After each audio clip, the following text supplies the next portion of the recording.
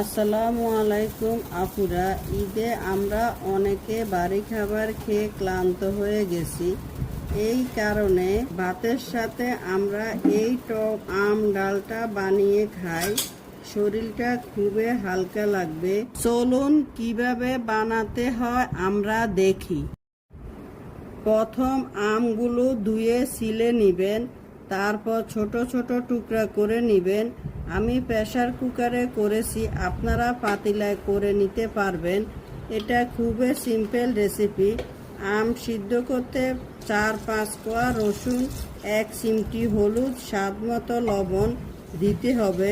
সিদ্ধ হলে ডাল গুটি দিয়ে ভালোভাবে গুটে নেবেন। ঘনত্বটা আপনাদের উপরে।